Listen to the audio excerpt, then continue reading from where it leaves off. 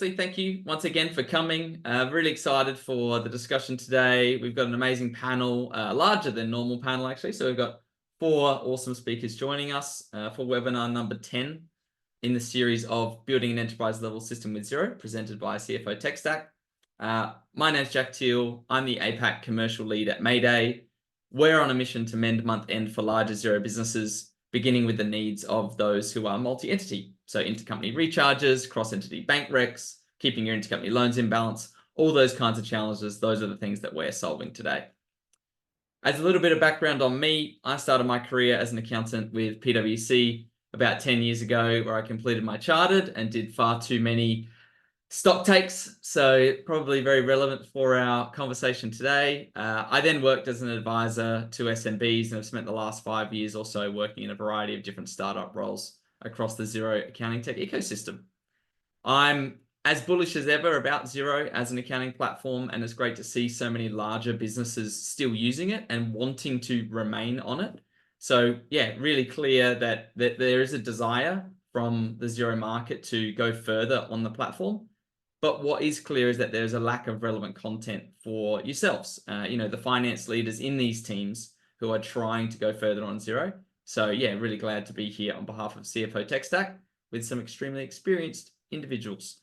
I will pause here and give everybody a chance to introduce themselves. So if I can hand over to you, Emma, first, just to give your quick introduction. Hi, everyone. I'm Emma. I founded Evolve Consultancy Group a few years ago. But my background is I used to work in commercial, just like all of you probably on this call, as an internal CFO and finance person amongst many different businesses. But my background is mainly in capital-intensive industries, and I specialize in doing financial advisory for product businesses. Great. Thanks, Emma. Karen, if I can go to you. Yes, likewise, I'm an accountant. I did my CPA many years ago now.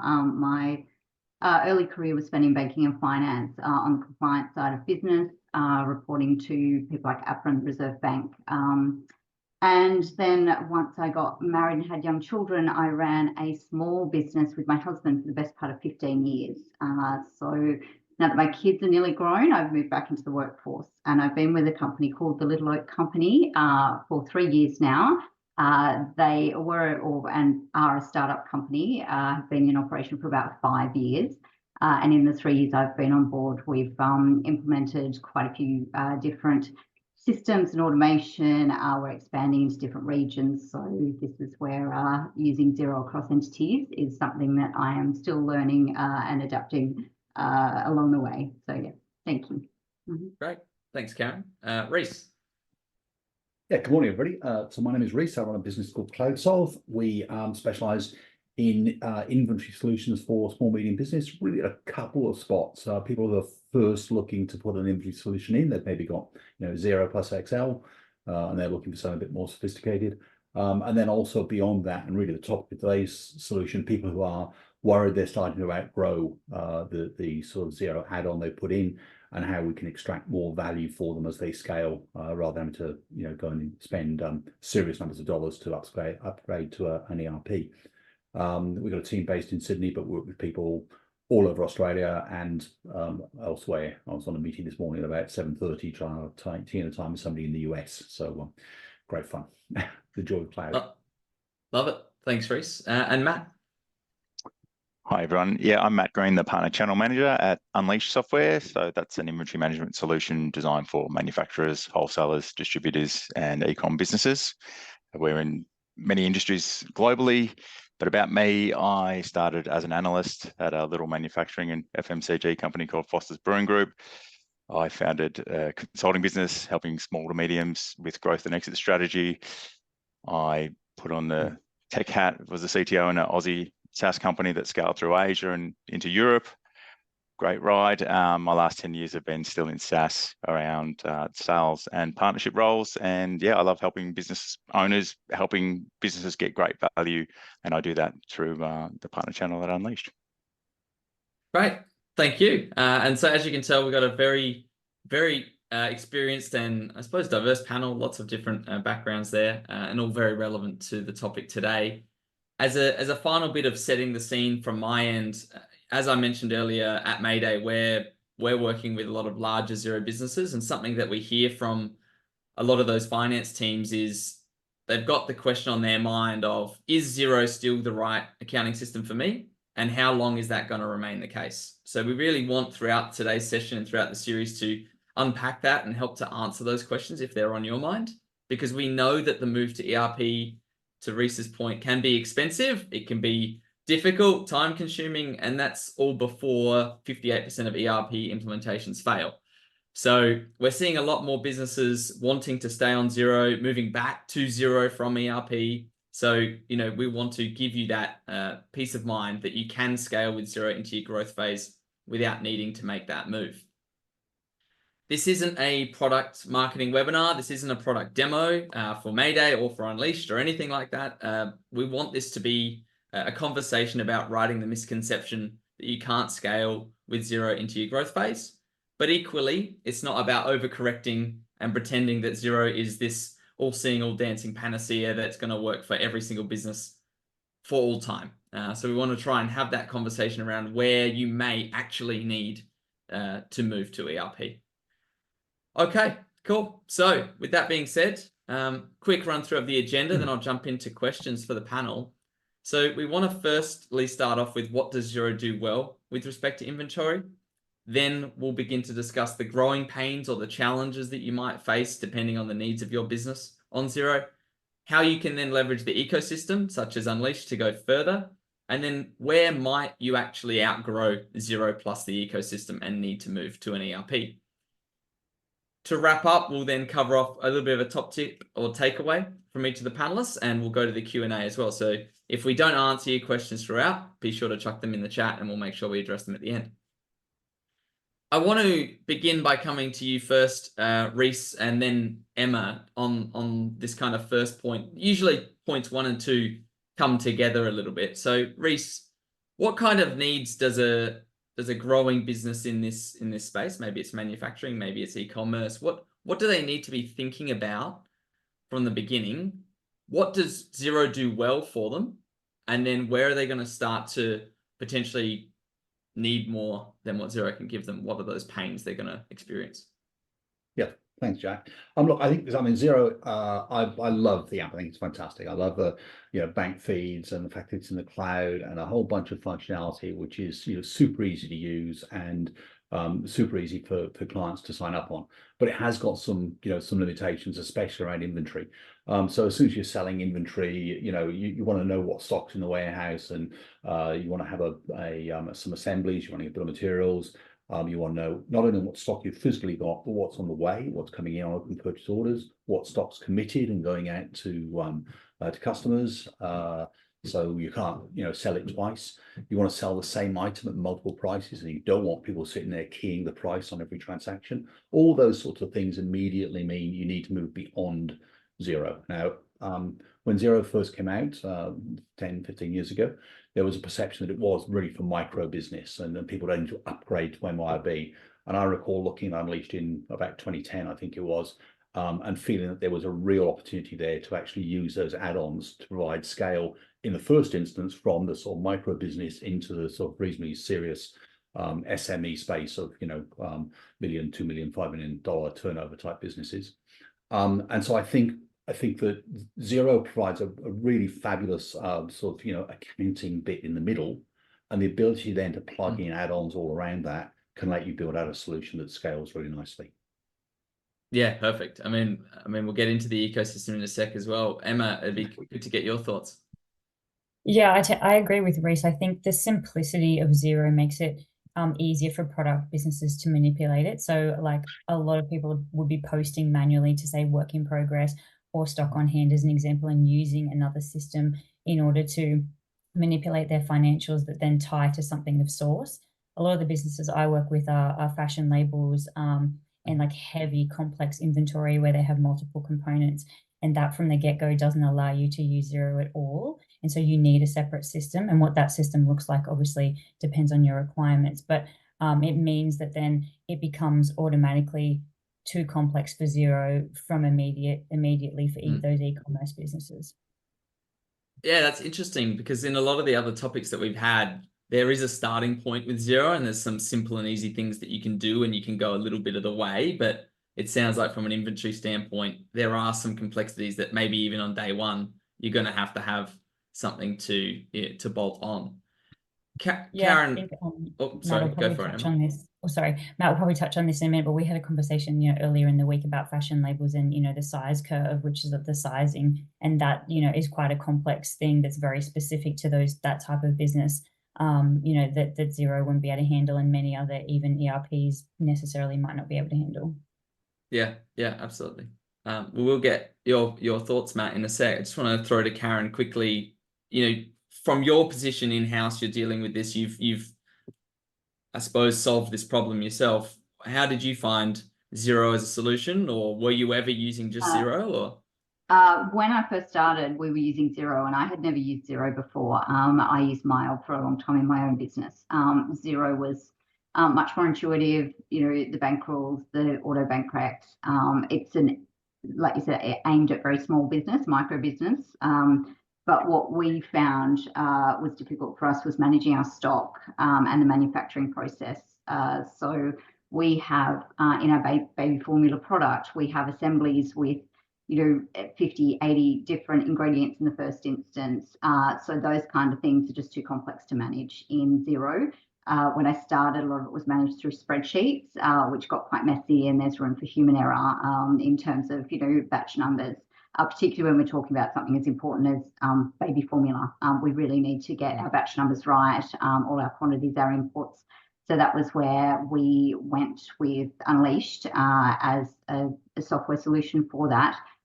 So in our New Zealand entity, we definitely use the assembly function, and it's great to track your batches, track your inputs, track your expiry dates, all of that kind of thing. And then from there, we sell to our distribution entity, which is Australia, and we've used Unleashed there also to manage stock, to manage batching, and order automation. So when our retail staff place their orders, it flows automatically to our warehouse system, and then we get information back from that warehouse system to advise us that the shipment's been complete, we can close the order, things like that. So it has been amazingly helpful. I can't imagine trying to do my job, or the girls in New Zealand who manage the manufacturing and the quality assurance process. It would be extraordinarily difficult to achieve that these days without Unleashed. And the other thing, particularly for the Australian entity, or both, is just managing and having ownership of our own data.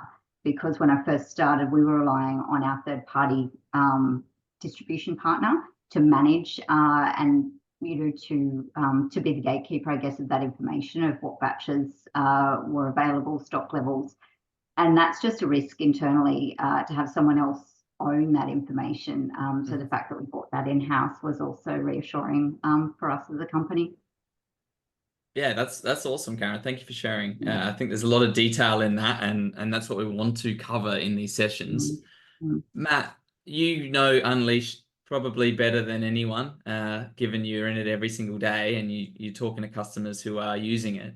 So beyond what Reese, Emma, and Karen have mentioned in terms of kind of the core challenges or pain points or desired outcomes that they're trying to achieve, that they need a solution for, what are the other elements that come up regularly that people are chatting to you about or needing a fix for, that our audience might be going through? Yeah, in the context of growing businesses, it's usually they're coming primarily looking for efficiency, automation. They might be running multiple systems, but how do they get a centralized source of truth?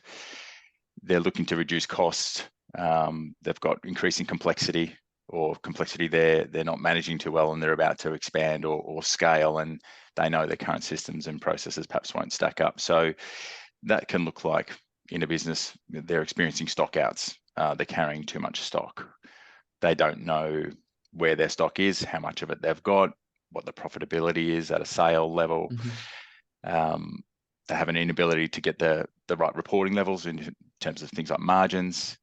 Karen touched on a good point there, that third-party logistics companies, sometimes that's a blind spot. They don't know what they've got. Reese touched on it earlier as well, what's been ordered, what's coming in, and what's already committed. So those sorts of complexities just compounding in a growing business, and the desire for automation and things like self-service, if they can get wholesale customers being able to check things themselves with their ordering history and things like that, it can make a world of difference for a business, and that's what they're looking for. Sorry. Yeah, no, absolutely. And anyone who's tuning in, if you've got any questions, please feel free to throw them in the chat. The specifics are great today, especially. We've got 4 people here who can answer your particular questions. So if there's anything that hasn't been covered in terms of challenges you're having or pains you're dealing with that you're curious to know if Unleashed or others can solve, yeah, chuck them in the chat. I think that discussion we've had so far covers really well around points 1 and 2. Admittedly, Xero, it sounds like Xero, there's not a lot that it can do for you, even from an early stage when it comes to inventory. A lot of other components it does well, but it's good to understand that if you're an inventory-based business, that potentially even off the bat, you're going to be needing something else. And then in terms of the specific challenges, you guys have covered a ton of those, so thank you. Moving down to the ecosystem component, we've obviously started to talk about solutions here, and Karen, you went into, you're using Unleashed, and Emma and Reese, you've added on Unleashed for some of your clients. We don't want to have a general discussion around the Xero ecosystem that's been covered to date. We know it's a very powerful advantage that Xero has. What should people who are looking for an inventory solution be doing? How should they go about assessing competitors?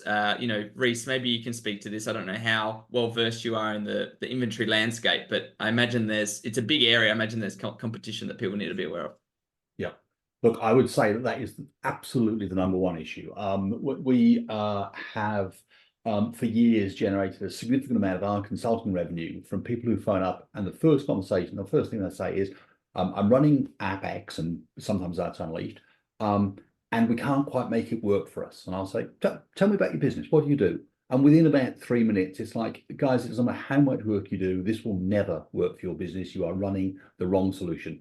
They don't always want to hear that, which is a bit of another issue, but people don't do enough due diligence. Back in the day, before SaaS apps existed, if someone said, here is an upgrade from maybe MYB, you're going to go and put in whatever the app happened to be, and that will cost you $10,000 or $20,000 or whatever it is dollars upfront for the software.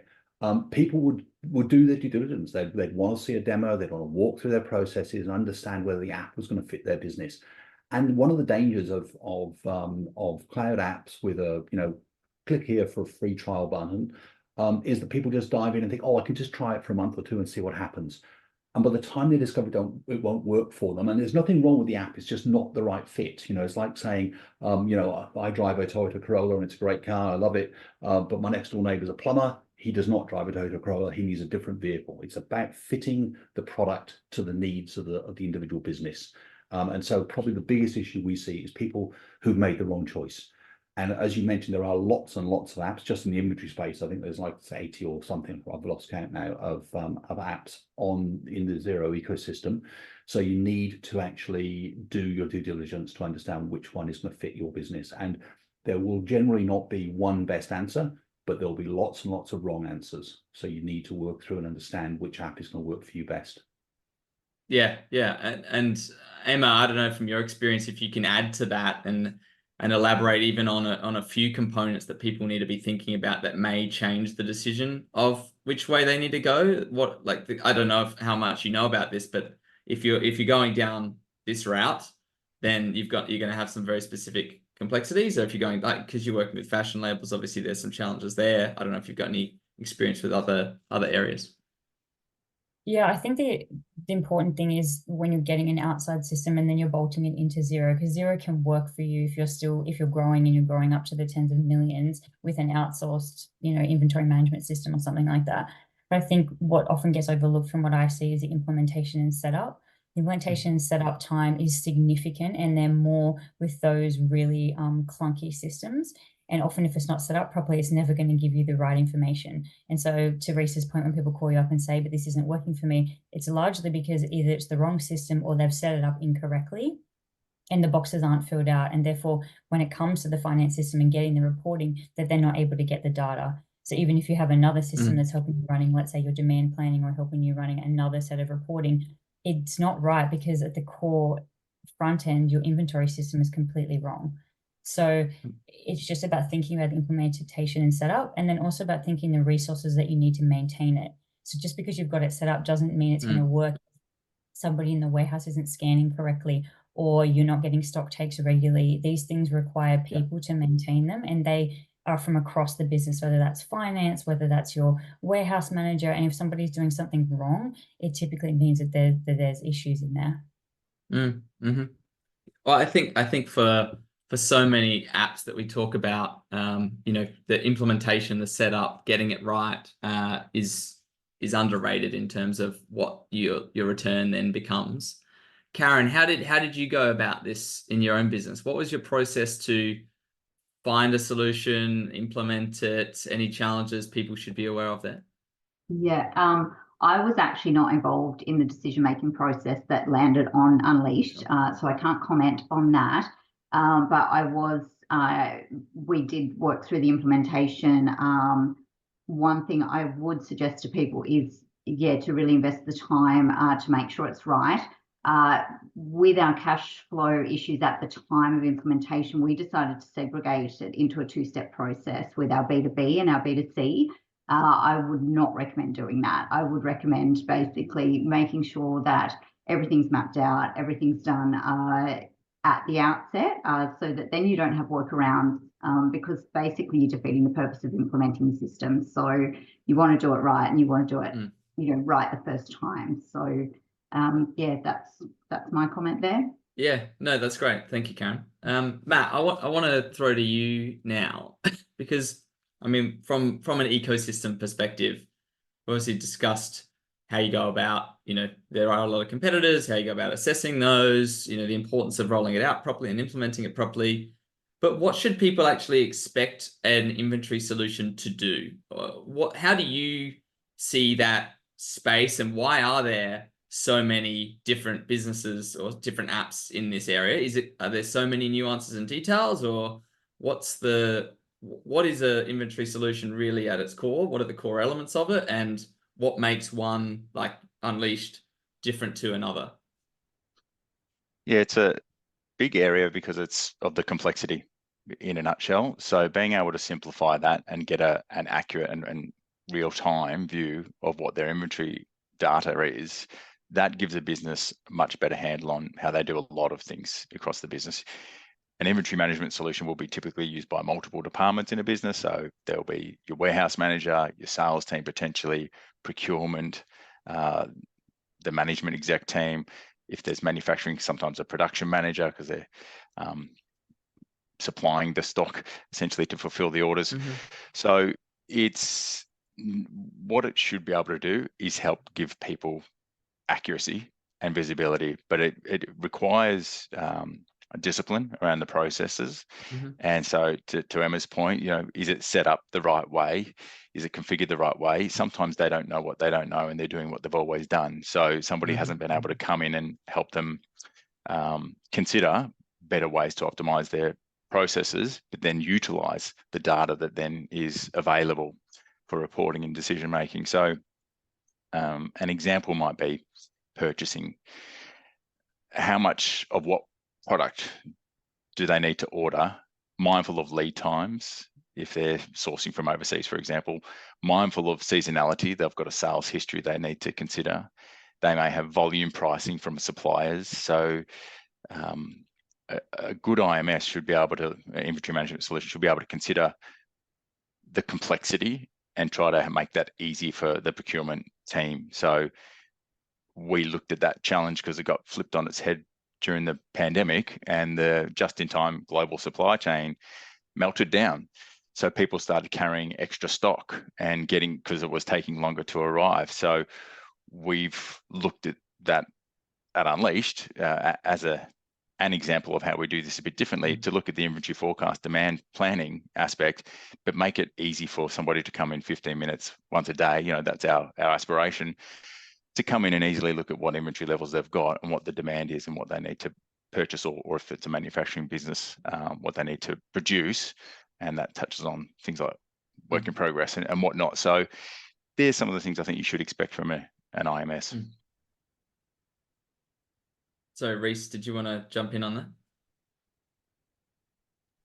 Yeah, sorry, can I make a quick comment? I think that's absolutely spot on. I think one of the key points there is that idea of scalability, that the business gets to a point where it's not one person, it's not the business owner making all these decisions. You need to get to the point where actually multiple people in the organization can make decisions. So hopefully the business owner now is focusing maybe on new business or on other aspects of the organization.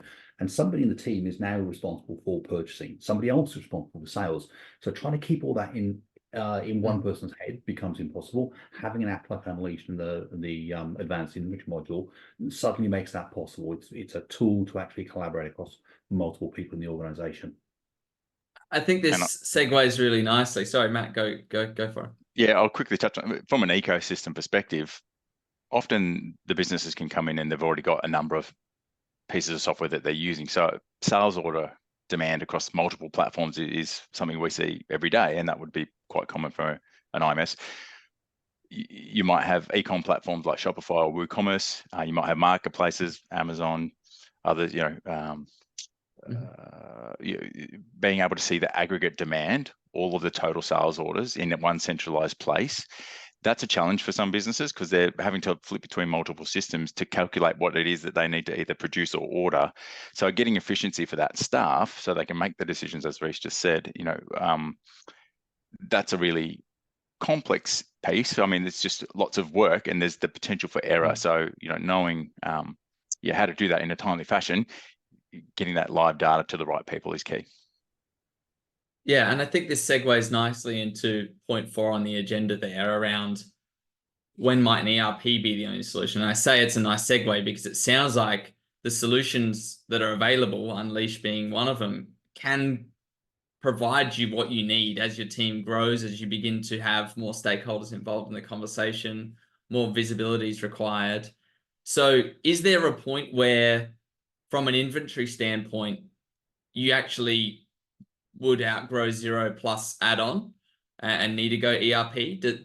Can anyone speak to experience with ERPs and whether or not their inventory components are up to scratch in comparison to what's out there in the Xero ecosystem? Happy for anyone to jump on that. I'll jump in. Yeah, go. Yes, look, I think there are a number of things that drive that. It's amazing how far, if you design the solution well and plug in appropriate add-ons, that you can scale this. We had a client we'd set up about a decade ago, who at the time were doing about $5 million revenue. They moved off Unleashed last year. They were just about to click over $100 million. I think that's a pretty good journey. And if you outgrow a business, outgrow an app you've implemented when you've grown, 20-fold, it's like, that's not a failure, that's a success, big time. But the thing that drove them off in that instance seriously was scale. They just got too big. That's fine. Lots of other clients though might need, even when they're much smaller, to look at other solutions. We put a solution in for a client a few years ago who were doing 300 or 400 orders a day, but of those, probably 90% of them, they did not have the stock on hand. Their business model was that almost everything they sold, they would order from their suppliers, and that just the workflow on that, we couldn't make that fit into Unleash. We needed an ERP solution. So that was an instance where we decided to go down a different route. Yeah, great. No, that's really interesting, Reece. I mean, Emma, from the businesses that you've worked with, what kind of scale have you seen achieved with Xero and the ecosystem? I think fairly good scale, to be honest with you. And I think it works if you're okay to have this ecosystem built up and it's working for you. And to Reece's point, the workflow isn't too complicated. I think when it gets really complicated is you're going to international expansion, you have multiple entities, you have transfer pricing, and you have a lot of things that are far beyond the scope of Xero in terms of consolidated reporting and things like that. And that many things bolted onto Xero just gets too complex for the business to be able to handle. And then that's the point that we need to consider the ERP. And quite often some of these ERPs are very specific to certain industries. Obviously, I work with labels, so there's specific fashion ERPs that work really well. They're also really clunky and come at a price tag. So I think it's just weighing up all those things in the growth trajectory of the business internationally, particularly, which tax rates and things like that drive those additional complexities. Yeah, no, that's great. Thank you, Emma. And we've had this conversation a little bit among some of the other sessions around how many add-ons does make sense for a business. And I don't think there's a perfect answer. Different businesses will have different, a different number, and it will somewhat depend on, you don't want any one particular staff member logging into 10 apps a day, but you can have 10 apps if different team members are using different elements and only needing to know 2 or 3 at a time. So it's different for every business, and where you draw that line is hard, but I think it's different for each organization. But some of those key elements that you mentioned, once they're all in play, once the complexity is there, multinationals there, transfer pricing's there, complex inventory's there, we've got 4 or 5 other complex needs. Maybe each of those individually can be solved by an app, but at some point, you might not want that your own internal ecosystem happening. Matt, from your side, what have you seen achieved with Unleashed? I mean, is Unleashed a product that if I go from Xero to an ERP, that I would keep Unleashed as my inventory platform, or is that a point where you outgrow Unleashed as well? Do you guys integrate with those kinds of tools? What have you seen? Yeah, the journey for a business might be from 1 and 2 million to well over 100 million. We have customers that are still utilizing Unleashed internationally successfully, sometimes with multiple instances of Unleashed, and you're pairing up Xero typically with one instance of Unleashed, one-to-one with Xero. So that might be the international expansion. Probably what we do see when they're starting to tap out out of the box, let me say, functionality and integrations with an ecosystem of apps, it's more that the custom integrations, they're wanting a little bit more.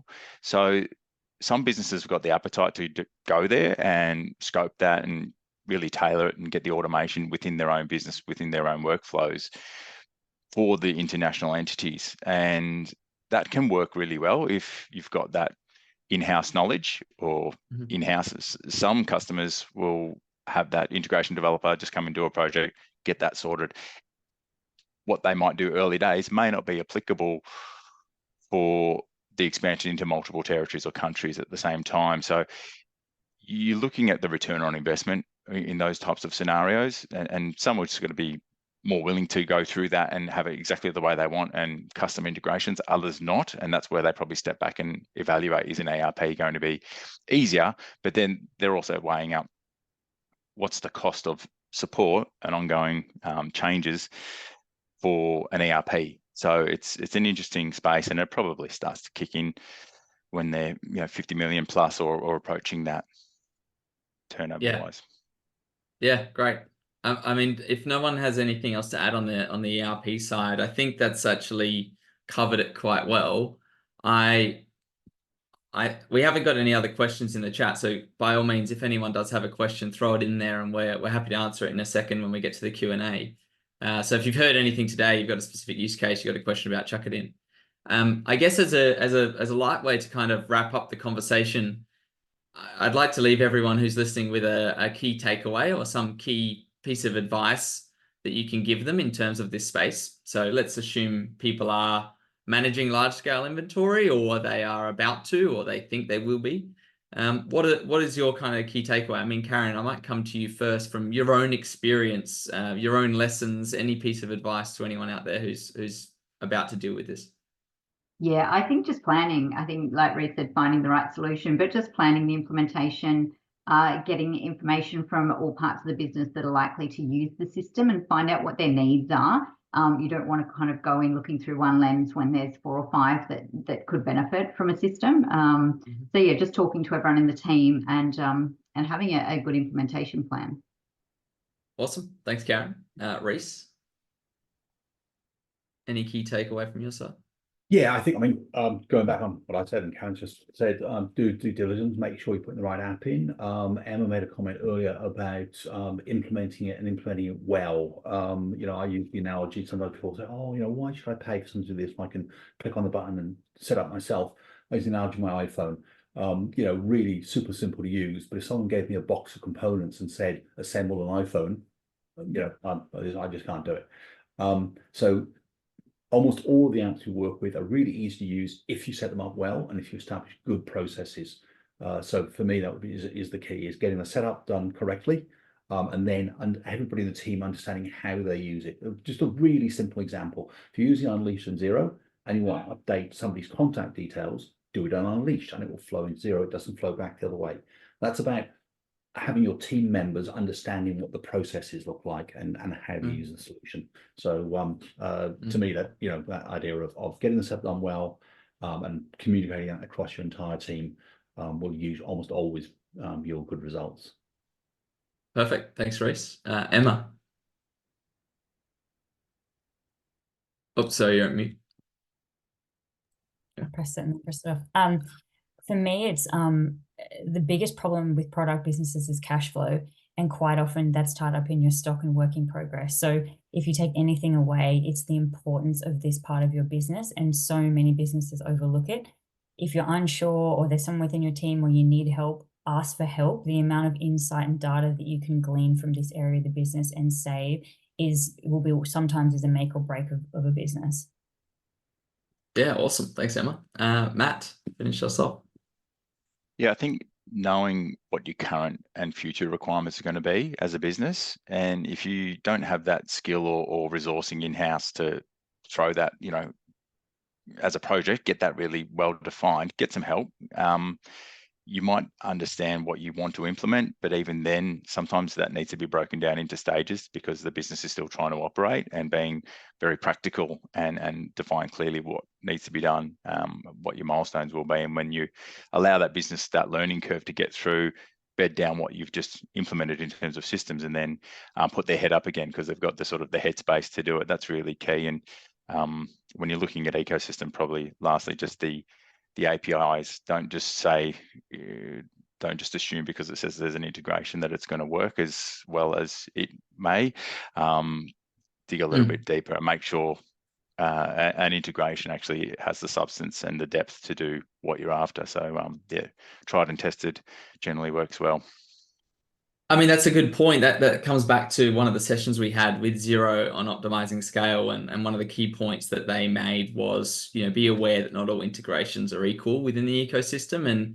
And I don't know how relevant this is from an inventory side of things, but when you start to talk about Xero's soft limits, its technical limits, and you start to talk about scale, whether or not, having a badly implemented inventory system could be causing, issues from a volume. You don't need necessarily all the volume of transactions to be going through your Xero ledger and then causing you to run into those limits earlier than you need to. Whereas a good integration might actually allow you to circumvent some of that stuff. So yeah, definitely keep that in the back of your mind.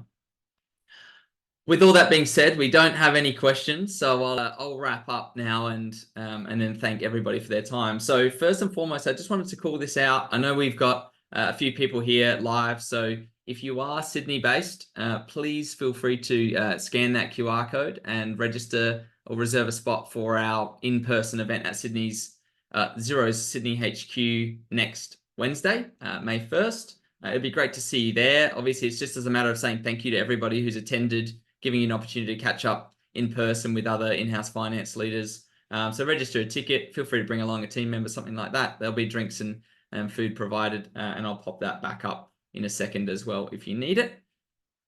As a reminder of the upcoming sessions, so next week we have 2 more. They are our final 2 of the 12-part series. So number 1 is on strengthening financial controls on Monday, and then we finish with preparing powerful forecasts and models. So both should be really topical and hopefully quite relevant for you all.